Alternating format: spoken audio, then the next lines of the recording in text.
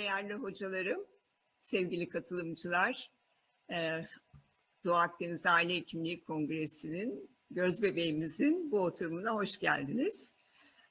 Kongremizin bu oturumuna başlamadan önce özellikle hibrit kongre yapmanın ne kadar zor olduğunu bilinciyle ve Perşembe günü yaşadığım teknik sorunlar nedeniyle daha da farkında olarak başta Ersin Hocama çok büyük bir teşekkür etmek istiyorum. Kendisi bu 3 günde inanılmaz efor sarf etti. Tabii ki öncesinde de sonrasında da biliyoruz ama şu an sürekli online'da ve arka planda anında sorunlara müdahale etmek için teknik ekiple birlikte hazır ve bu gerçekten çok çok yorucu bir iş. Yüz yüze kongreden çok daha zor. Bunu söyleyerek, özellikle vurgulayarak başlamak istedim. Tabii ki bu kongrede bu oturuma yer veren, öncelikle beni onursal başkan olarak yazma teveccühünü gösteren kongre başkanlarıma, bilimsel sekreterlerime, yani Ertan Mert Hocam, Ersin Akpınar Hocam ve kongre bilimsel sekreterleri Engin Burak Selçuk Hocam ve Sanem Nemmezi Karaca hocalarıma ve düzenleme kuruluna çok teşekkür ediyorum. Burada sizlerle birlikte olmak çok büyük bir onur ve mutluluk. Perşembe günü katılanlar varsa hatırlayacaklardır. Maalesef evdeki internetle ve bilgisayarla yaşadığım teknik sorun nedeniyle oturum başkanlığını sağ olsun Ersin Hocam acil duruma müdahale şeklinde devralmıştı. Bugün benzer bir sorun yaşamamak için üniversite kampüsümüzden bağlanıyorum. Şu anda dönem 3 amfisindeyim. Arkada da tahtayı belki görüyorsunuz. Şimdi bu oturumumuz her yıl yaptığımız EURACT oturumlarından bir tanesi. Bugünkü değerli konuşmacımız da EURACT'a yeni katılan Danimarka temsilcisi. Kendisi daha önceki EURACT Danimarka temsilcisinin ayrılması sebebiyle konseyimize katıldı ve çok çalışkan, çok aktif, çok başarılı bir hekim. Joachim Frolund Hansen, he is MD and he has master's degrees in medical education and he is a full-time GP, and besides this he is an associate professor in Aarhus University, and he is involved in teaching medical education research and controlling and developing postgraduate medical education. And Joachim, welcome again. It is an honor and pleasure to have you. Although it is online, I wish we could have you face-to-face in Adana, but I hope in future. And I was just telling in Turkish about you that you have just joined the EURACT Council as the national representative of Denmark, and you are so active and so busy and so competent. And we are very lucky to have you, and you are also very friendly. And thank you very much for accepting to have this session with us. I am sure our participants will get benefit from this session. They will learn a lot. Perhaps some of them might have known you because of the EURACT Snowball session. Let me tell this in Turkish, please.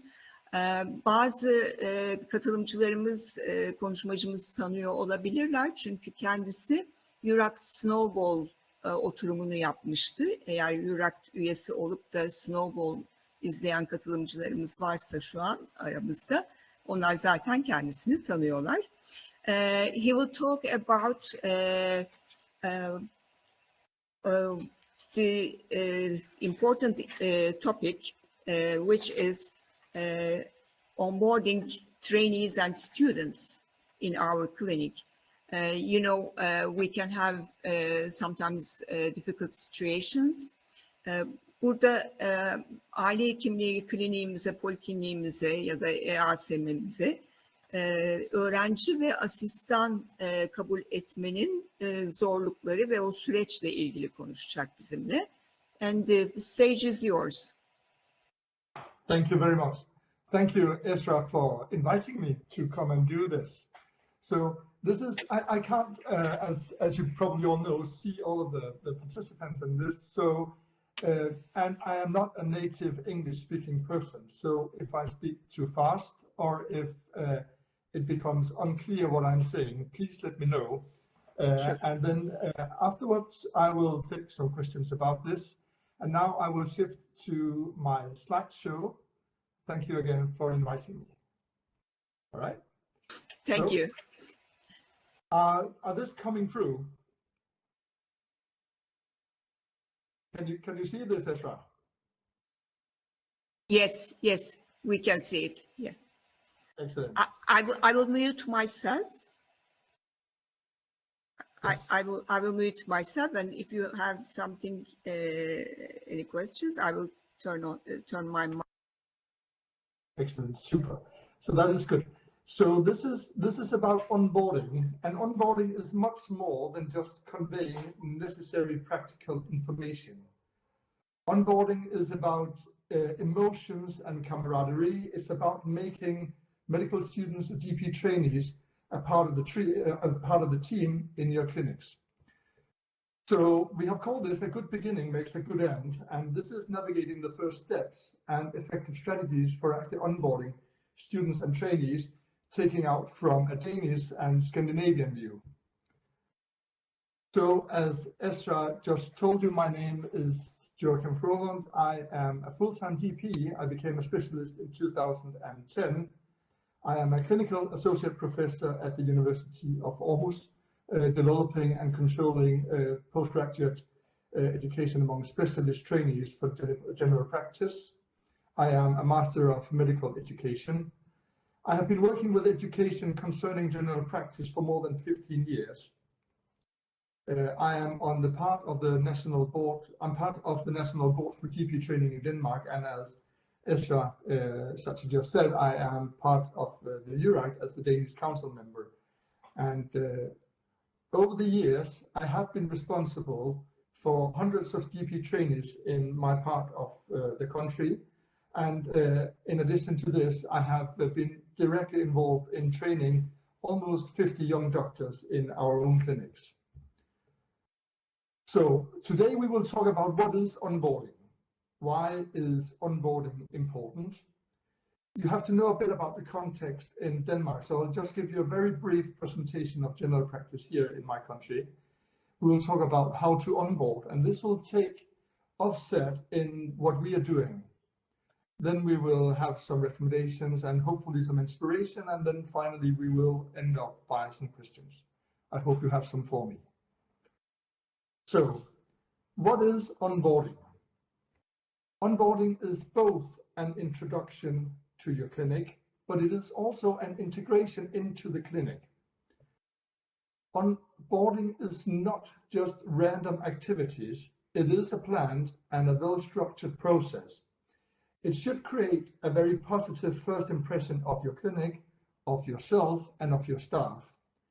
It should clearly communicate roles and also expectations. We know that when we are clear in what we can expect from each other, misunderstandings and often bad educational, what would you call them, training periods are avoided if we actually know what to expect. We should be committed to offering a comprehensive support and regular feedback to the newcomers to our clinics to ensure both their success and also the commitment to the clinic. Why is onboarding important? Well, we all know that a safe learning environment will promote learning and increase confidence and motivation. This is, among others, described by Young et al. In 2016. And I would also argue that we know all that the opposite is actually also counting, that if you have an unsafe learning environment, the trainee will have too much focus on that one to actually be able to learn something. So this is important, and onboarding is a major contributor to feeling safe, thus also to create a very good and healthy learning environment. From a Danish author who is actually more in the business world, we know that poor onboarding there might explain why 25% of new employees leave a job within the first year. When we discuss general practice, we do not see them leave, but what is the consequence of a poor onboarding might be that they will not come back later on, and then we will harm recruitment. And I think that in many countries today, we are struggling to recruit enough GP trainees. So this is actually also a very important point to this. In November 2020, we had a national workshop here in Denmark. I was so fortunate to be one of the facilitators in that one. It was with participation of students, with GP trainers, teachers, and academic coordinators from the universities. The purpose of this workshop was to focus on what to expect from all involved in medical students' clinical placements in general practice during the undergraduate years. One of the main conclusions was that a well-planned onboarding is essential towards making students feel welcome and to balance expectations and to enhance the learning during the placement. From my own dissertation, with my master's dissertation that I wrote, Exposure to General Practice Changes Medical Students' Career Intentions, I found exactly the same. I interviewed a lot of medical students and also some young GP trainees. The participants all expressed that feeling welcome was an essential starting point. They all provided very good examples of how clinics and GP teachers were prepared. So this is actually very important that we know when trainees or medical students arrive. They also told that often in the secondary settings, in the hospitals, they experience the opposite, that they could come in one day and the staff would be very surprised that they should have medical students or GP trainees that day. So this was actually important that we were prepared. They also expressed that a good start is essential to make them feel safe and to create the safe learning environment we talked about. When we prepare for newcomers to arrive, we show interest in them. This is a very good starting point for onboarding, that we will show interest in the people who comes to work with us. The literature indicates the same. Onboarding and a good beginning is essential. Ibsen and Kjær, two of my Danish colleagues, have described this, and this is actually where the quote in the beginning comes from.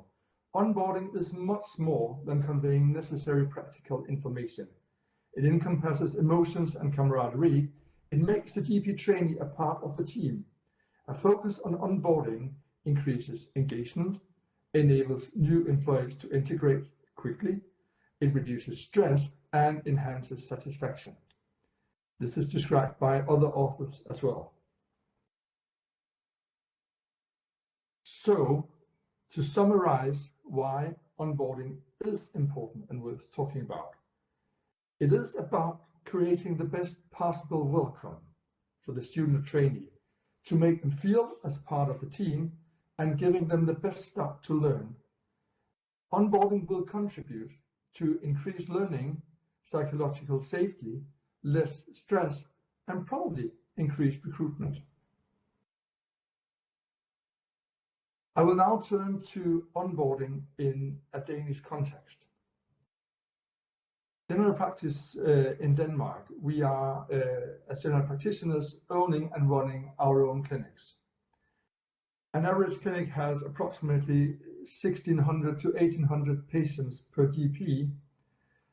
Many clinics are training places for both medical students and also for GP trainees.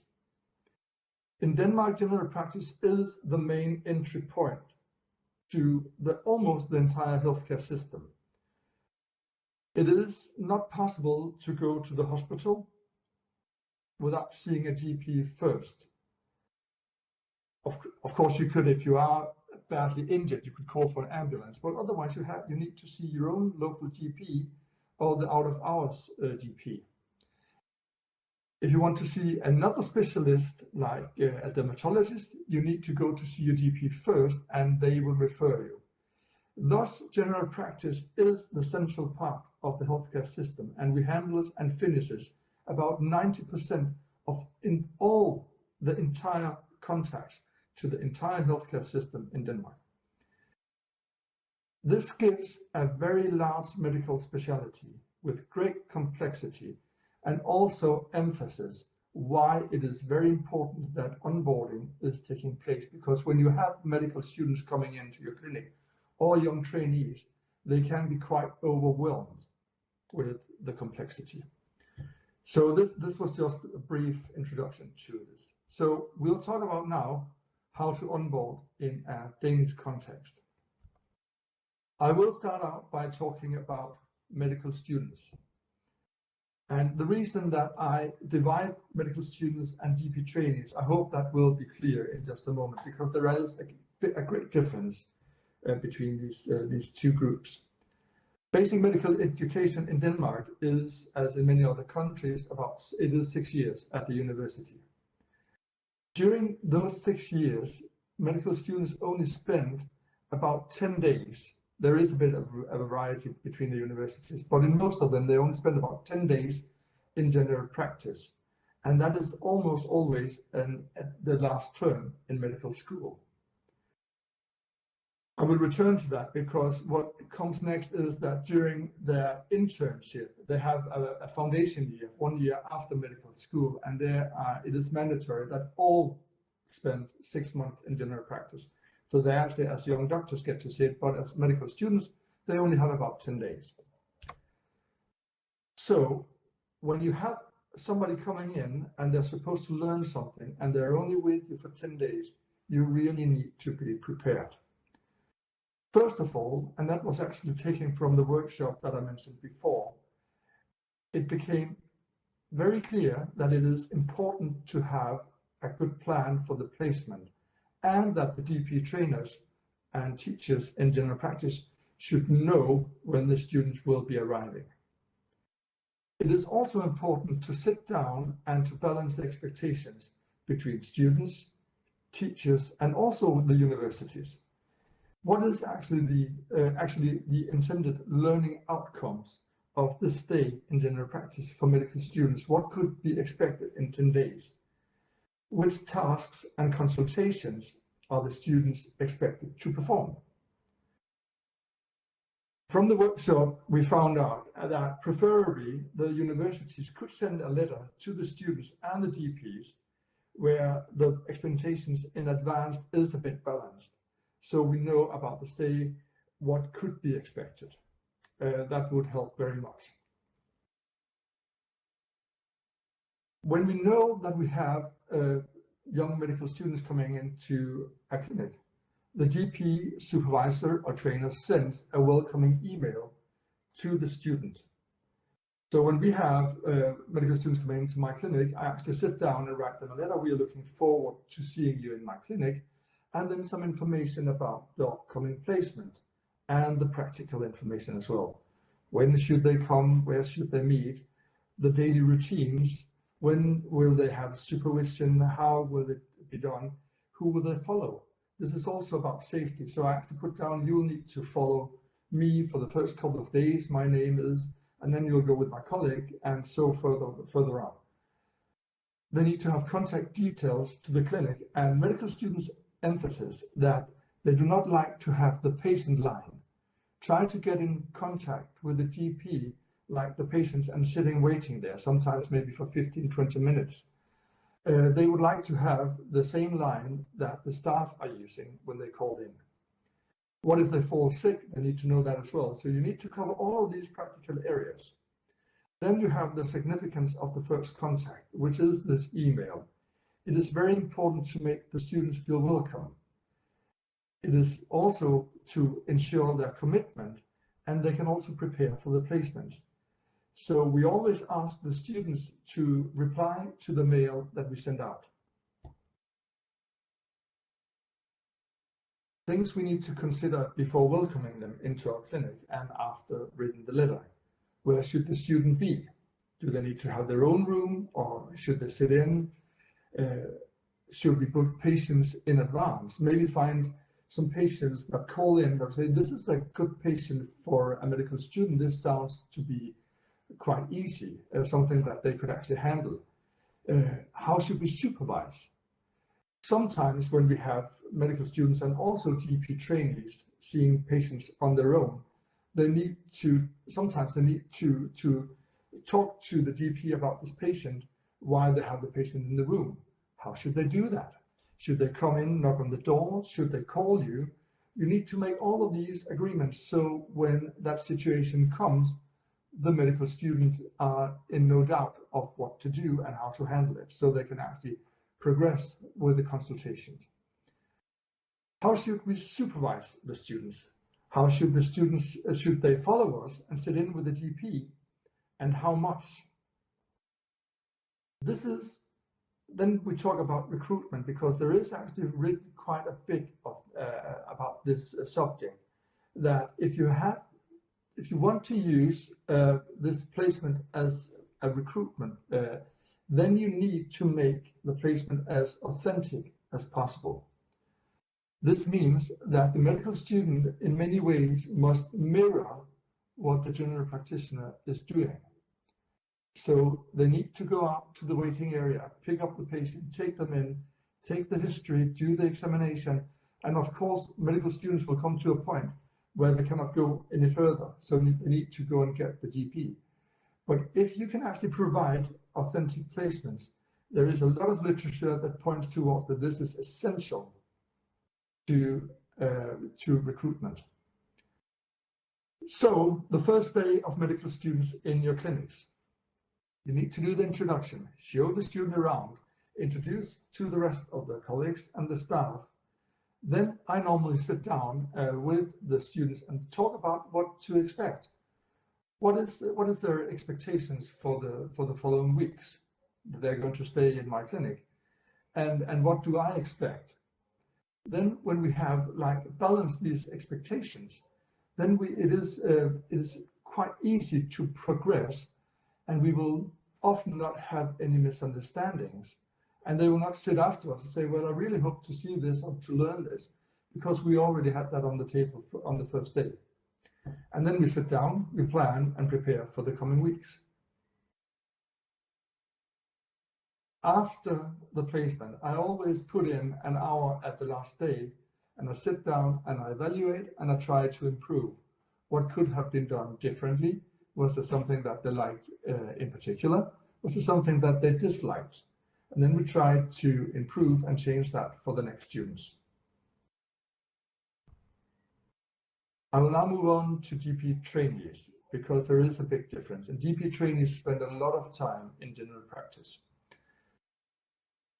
This is the GP postgraduate training plan. The specialty training in Denmark is 5 years when you have finished your foundation year. The first 6 months is an introduction post. This takes place in one clinic. Then you have 6 months when you start the real specialty training, and that goes on in another clinic. Then the GP trainee spends 30 months in 5 different hospital specialties. Then they return to the same clinic they started in for another 6 months, and then ending up 12 months in yet the third clinic, yet another clinic. So as you might see, they really do spend a lot of time. When you have GP trainees coming in 6 months in clinic 2, which is the first phase of the real ST, they're actually connected to your clinic for 3.5 years, because during the 30 months in hospital specialties, they come back once a month to train in your practice. So you will have them and contact to them for 3.5 years. When a GP trainee starts, we need to think about all the practicalities. We need to get a sign. We do that. We get a sign for the door. We order a stamp with the trainee's name. We make sure that there's ordered flowers, so there are flowers on the table when they come in the first day. We are making spare time in the supervising GP schedule, so there will be a lot of time to welcome and to introduce the new trainee. Then we will send a welcoming email, as I told you before. We did with medical students. We do that as well with GP trainees. And we include a clinic description. I'll return to the clinic description in just a minute. Then we make sure that the consultation room is ready for the trainee. Is there anything that needs to be in there? And then we arrange what we call a chemistry meeting. This is actually a meeting taking place before the GP trainee start in the clinic. I will return to that as well. But first, the clinic description. A clinic description is mandatory in all GP training practice or clinics in Denmark. You need to do a short description of your clinic, a little bit of history, knowledge, who are you, what doctors do you have, staff, other students, trainees, what is the daily schedule, how will you do the assessment with the GP trainees along the training period, all the practical information that you can think about. Meeting time, do you have dress codes, etc. Is there any parties or something that is going on in the spare time that they need to consider? You can put that in as well. And anything else you find important considering your clinic. So we will go on and talk about the chemistry meeting. The chemistry meeting is done just a few weeks before the training starts in the clinic. It is a meeting where the trainee can meet the supervisor and all the rest of the doctors and staff, and it holds multiple purposes. First of all, it allows the new trainee to meet with the people that they're going to work with. They can see the clinic, and this can actually reduce anxiety and stress on the first day. It also let the trainee and the supervisor talk about mutual expectations. It let them talk about practical information. You can have questions from the trainee, and then you put in important dates in the clinic. Are there any upcoming social events? We really like them to join that. When we have summer parties, for instance, we like our trainees to join, like the rest of the staff. Do they have any courses, so on, something that they need to have time off. And then just a few days, this is in Danish, but I put it in anyway. We have just had a newcomer coming into the clinic, and this is just a lecture, so I'll try and translate that to you. I sent to him just a couple of days before he started, so I'll put down here. Hello, we're looking very much forward to seeing you tomorrow. I have now planned the first couple of weeks that you're staying in our clinic. When you come tomorrow morning, we will have at 8 o'clock, we'll make sure that you are in the system and have all your passwords. And then we'll get you settled in your own room. Then it is the plan that you will follow me for the rest of the day and see my patients that we will see together. I can see that you have a course planned on the 7th of May, and I have now planned for all the 14 first days, so you can follow the doctors in turn. I have also booked an introductory talk between the two of us on the 22nd of May, so you're well started at that time. I'm looking forward to see you tomorrow morning to freshly brewed coffee at 8 o'clock. And then I put in a picture of his new stamp and his new sign, so he knew that we were prepared. We also changed, this is my door sign, but we actually changed the door signs. As you can see, it is quite easy just to change the letters, but it means a lot to the GP trainees that when they come into the clinic, they actually have exactly the same door signs as the doctors working there. So when they come the first day, you make sure that the supervisor is free to do the introduction. You make sure that password, keys, codes, everything they need is ready. Then you sit down and talk about the daily supervision, as I said before. How you do it can differ from country and setting, I know that. But what is important is that you actually have a plan. Some of my colleagues like the GP trainers to call them on the phone and say, well, I have a problem now, could you come in and have a look at this patient? I like them just to come and knock on my door, and they can disturb me. I can easily go back to my own patient and pick that up afterwards. Then we need to schedule assessment meetings and formal meetings concerning the training. The first couple of weeks, they follow and, as I said, sit in with different GPs in my clinic and also the staff. And then slowly they start to have more and more consultations on their own. To sit in with the different GPs at the clinic, I find very important because they get to know them. So when I spend a whole day with a new trainee, they see how I work, but we also get to talk a lot about what we're doing. Young doctors also must learn the importance of breaks during the day. Some of them really just like to work and they can fall a bit behind. And it is essential that we learn them to have their breaks, not only for recuperation, but also because work is also a social event. We must remember that. Breaks with conversations about topics other than professional matters are essential to making young doctors feel like part of a team. It is a very good idea to let the new trainers start with patients that he and she are capable of handling almost by themselves. This helps build their confidence and help them to move on to more complicated patients in time. And I'm just coming to an end here, but what is important is that you can also use newcomers to improve the clinic. When we spend many years in the same clinic, sometimes we start not to see things as they are, and we might do some things or have habits that are not very good. So when you have a newcomer in, they might wonder why you do things like that. So a lot of my colleagues, after 14 days, they actually sit down and say, is there anything that you wonder why we do like this in our clinic? And sometimes they have very good ideas for improvements. So in short, onboarding is both introduction and integration. It is a planned, structured process to create best possible welcome for the student or trainee. It is to make the newcomer part of the team and to ensure psychological safety to provide a motivating environment for learning. We need to make sure that expectations are balanced, and what is very important is that we plan ahead and are prepared. Thank you. Thank you, dear Joachim. It is very good to learn from you and about this onboarding process. Personally, I learned a lot from your presentation. And now we have many questions for you.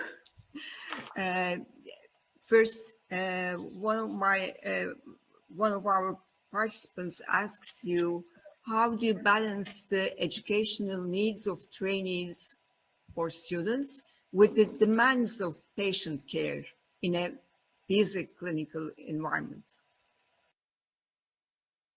Well, I think that we often consider medical students as surplus to our clinics. So when we have medical students coming in, they're actually helping, GP trainees, they are actually helping us, and they are able to see patients on their own.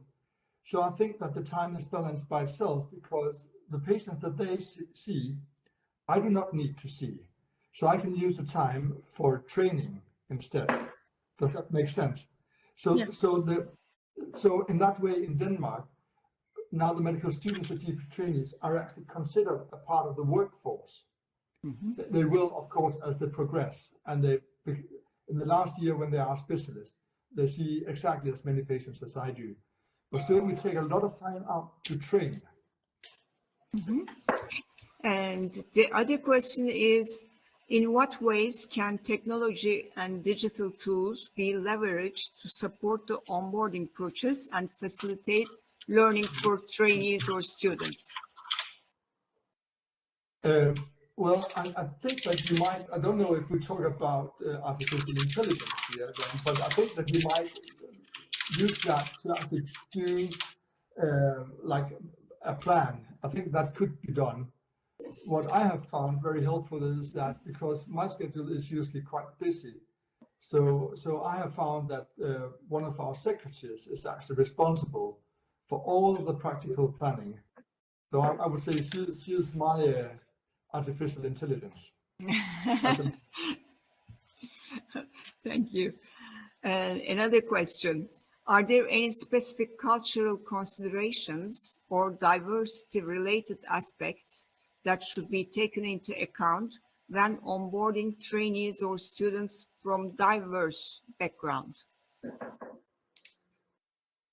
Yes, I think that when you have been training for many years at medical school and then you come into the clinic, I don't think we really consider that. I think that we all see each other as equal, if you would say that. But I think that I think it's more with the patients we think about that our newcomers should not only see the patients who visit the doctor a lot. So you might have somebody. I think that in Denmark anyway, we see that there is some kind of diversity in the people, how they go to the doctor. So we might see more people that are less educated and maybe are a bit more afraid of being sick. And they will actually see the doctor more. And then if you're not very careful, you can have young trainees seeing these people who call almost every week, because they will have a bit more empty schedule. So I think it's more in that way that we need to consider that they see the variety of people. But I don't think that right now we have people coming in from all different kinds of cultures and backgrounds and also religions. So yeah, I don't think we have ever. I don't recall that has ever been a problem. No. Okay, thank you. Another question. How do you ensure continuity and consistency in the onboarding process across different providers and teaching settings within the family medicine or general practice clinic?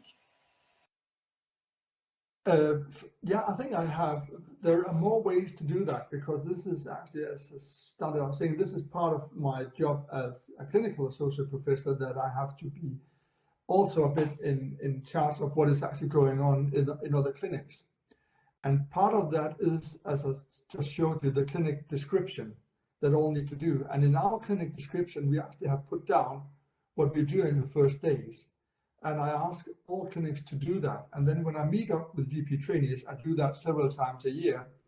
I ask them if they're actually following that. Are they getting their introduction? They need to have talks about how they are getting their introduction within the first few weeks. And I actually ask them if they're getting this. And if they're not, I will talk to the clinics about how to have GP trainees.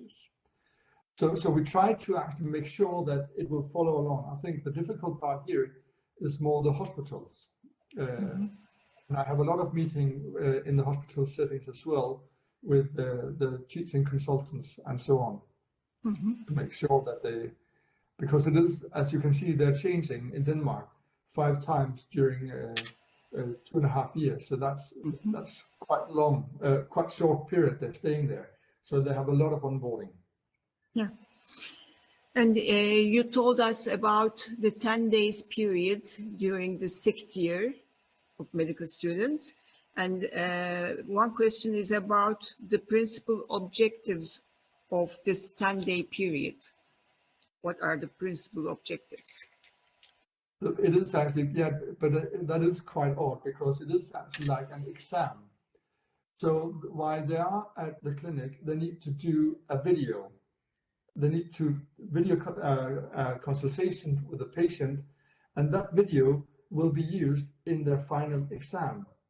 So that video will be showed at the examination, and then they will have a talk about what they found and why they did, how they did, and how they interviewed the patient. So that is actually, for a lot of the medical students, that is the main objective. They have a lot of focus on this video. And for me personally, I would really like to take that out, because I think as soon as we say assessment or exam to medical students, they get very narrow-minded. It is the only thing that is important. And I think that there is so many things to enjoy in general practice. And they can lose a bit of focus on that one. So I normally try to make them do the video within the first days, so they can just enjoy our specialty for the last weeks. Yeah, very good idea. Thank you. Another question. What are your thoughts on incorporating patient feedback into the onboarding process to improve the overall quality of care and education and training? That's a very good question. We have not done that in person, but I know that in our clinic, but I know that some clinics are actually asking patients about that. And I think that is definitely a working point, to ask patients how they find the newcomers to the clinic. So that's both a very good question and a very good suggestion. Thank you. Thank you. Thank you, Nedim. I'm sure he's listening. And another question, do you have a written guideline or text for medical trainees so that information on standards is accessible to everyone? Yeah, we have at the clinic how we will do this. So we have like, as I said, when I go to my secretary, I say, now we have this newcomer, new DP trainee coming in, she knows exactly what to do. She'll order the stamps, she'll order the signs, she'll order the flowers. So everything will be prepared. We will go into what doctor who does the daily schedule. She'll make sure that time is actually blocked so that there will be an introduction and they will follow around. So we have like, it's more like just one page of what to do. But Joachim, I think this question is rather about the clinical approach, information on standards of care, if I understood it correct. Yeah. We have national guidelines on many of the things that we see, and we recommend, of course, that they use those, and they are accessible online. Okay. And they're written it is about the collaboration with secondary settings we have for our own specialty. And as I said, in that way that we are seeing almost all the patients who will enter the healthcare system, the diversity of what they will see is quite great. So we cannot do like a plan for everything, but for the things that could be serious, if you talk about cancer and how to move that forward, there are complete written guidelines on how they do that. Who should they call? What should they do if they expect some kind of, and it is written down to each and every cancer type we have. Yes. So we have on some points. Yeah. And the same participant asked about how many patients does a GP deal with per day? We know that your list size is about 1,600 and 1,800, but how many a day and how many working hours per day? We start out at, most clinics start out at 8 o'clock and we are open until 16 o'clock, 4 o'clock in the afternoon. So we have 8 hours of opening time. Then it is still mandatory for GPs, in my region anyway, to do out of hours service. So we do that for a couple of nights per month. We will see about, I think I see normally between 25 and 30 patients a day. And you have trainees, they will start out by seeing the very young GP trainees in their foundation year. They will start out with, I think, 5 or 6 patients. They will have like half an hour, and then they will have time slots between the patients so they can actually prepare and write the notes and everything. And then as they progress and end up being just in the last training period where they're almost specialists, they will see almost as many patients as I do. They will have a little bit of spare time each day. So we make sure that they finish in time because we don't want them hanging around after hours. They need to go home to them. And another question, you mentioned 5 clinics in the hospital, and can you name these clinics? The specialties they're training in? Yeah. They're training in internal medicine. They're training in the ER. Yes. They are there for 6 months. They're training in pediatrics, in gyno, and in psychiatry. Okay, thank you. And last is not a question, but a feedback. And she says that thank you for your nice presentation, Professor Frolund. What a great educational approach. I was fascinated. I think the humanitarian approach will always be part of growth. What a nice comment. Thank you very much. Thank you, Joachim. It was a great honor and pleasure.